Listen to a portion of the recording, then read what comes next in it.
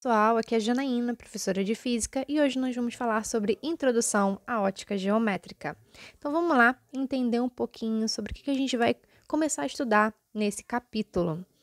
Primeira coisa, nós vamos começar com conceitos básicos. Muitas delas a gente já deu uma olhada nos capítulos anteriores. Então a primeira é que a luz é energia radiante que se propaga por meio de ondas eletromagnéticas, ou seja, a luz é um agente físico que, atuando nos órgãos visuais, produz a sensação da visão. E a velocidade da luz é aproximadamente 3 vezes 10 elevado a 8 metros por segundo, tá? E o raio de luz a gente considera da seguinte forma, tá? Na primeira imagem, nós temos uma reflexão desse raio. Como vocês podem ver, o raio sempre vai ser em linha reta, ok? Então, sempre vai ser dessa forma.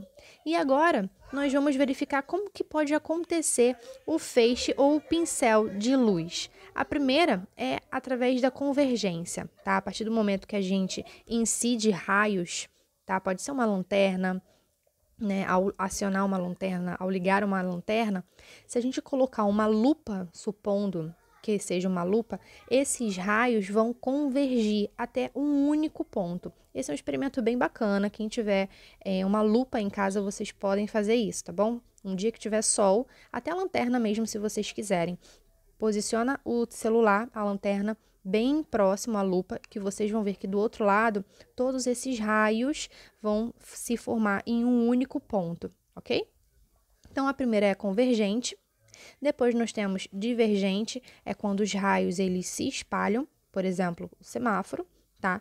E nós temos também os raios que são cilíndricos ou paralelos. Os feixes de luz, os raios, sempre serão paralelos uns aos outros.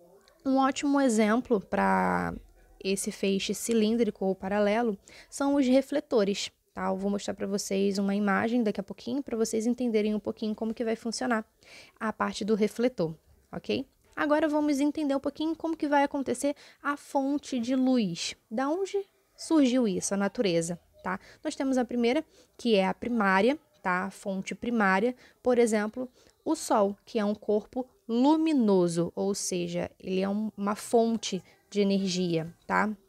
E nós temos a secundária, fonte secundária, que é sempre quando a gente está falando de um corpo iluminado, no caso, a Lua. Mas você deve estar se perguntando, poxa, mas a Lua, ela brilha no céu. Na verdade, não. Ela brilha, mas não porque ela tem luz própria, e sim porque ela reflete a luz do Sol, tá bom? Então, continuando na luz primária, nós temos outros dois tipos, que é a incandescente, como, por exemplo, a chama da vela, e a luminescente, que é a lâmpada de neon. E dentro da luminescente, a gente tem outros dois tipos, que é a fluorescente e a fosforescente, tá? Então, nós temos todos esses tipos aqui, as fontes de luz. Agora, nós vamos trabalhar o conceito de dimensão relativa da luz. Nós temos a primeira, que é a pontiforme, que é o Sol em relação à Via Láctea. Por que eu estou falando isso, né? Dando esse exemplo.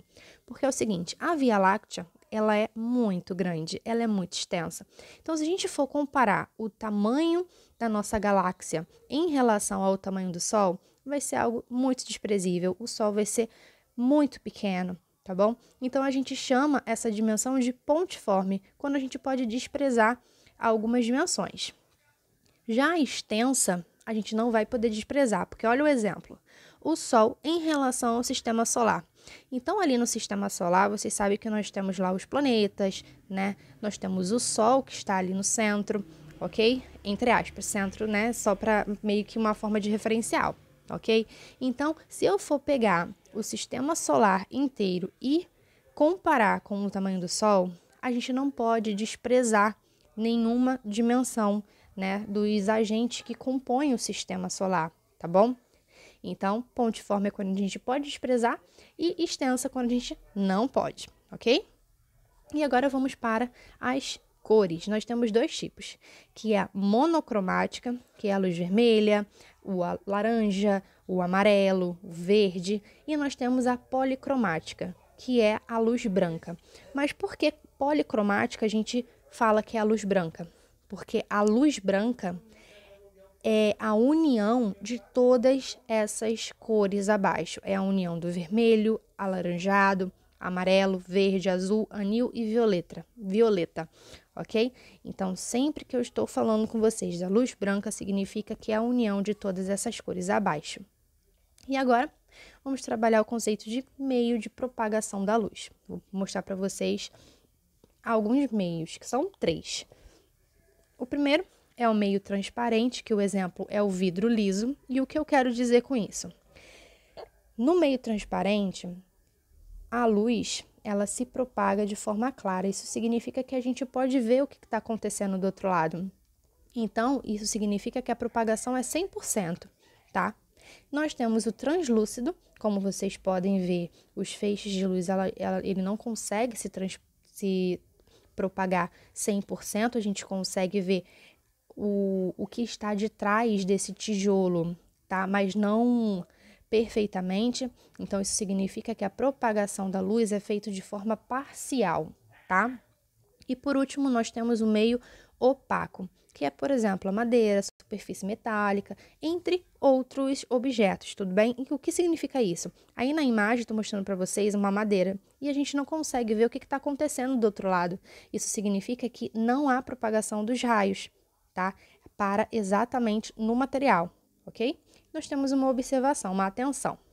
Elementos como a água e o plástico, dependendo da sua espessura, pode ser transparentes, translúcidos ou opacos, tá bom? Então, primeiro a gente tem que ter uma noção do que está acontecendo para depois a gente verificar se o material que a gente está analisando é transparente, translúcido ou opaco, tá bom? Então, vamos agora aos fenômenos da óptica geométrica. Nós temos o primeiro, que a gente já viu no capítulo anterior, se não me engano, foi fenômenos ondulatórios, tá? Que é a reflexão regular ou especular. O que significa? Os raios, eles estão chegando à superfície e, como vocês podem ver, eles estão sendo refletidos. Então, eles chegam até a superfície e depois eles refletem, bate e volta, tá? E sempre são paralelos uns aos outros. Então, sempre quando eu falo de reflexão regular ou especular, os raios são paralelos uns aos outros. Já na difusa, é diferente. Os raios chegam na superfície de forma paralela, só que quando toca na superfície, eles mudam sua orientação. Então, eles começam a ir para todo lado, tá? Então, difusa é sempre quando acontece isso, tá? Agora, vamos para refração. Regular é quando os raios chegam até a superfície de forma paralela, os raios são paralelos entre si, e depois entram, tá? A sua propagação ocorre da mesma forma, os raios continuam paralelos entre si. E a difusa, mesma coisa. Os raios são paralelos até chegar à superfície e depois eles começam a mudar a sua orientação. E por último, nós temos a absorção, ok? A absorção é quando eles chegam até a superfície e não há refração e nem reflexão, ou seja, os raios param exatamente na superfície do material, tá? Então, só para meio que fazer um resumo para vocês, nós temos 3 tipos de fenômenos, ok? Que é a absorção, quando ocorre a absorção dos raios para até a superfície. Nós temos a refração e nós temos a reflexão, que é essa daqui.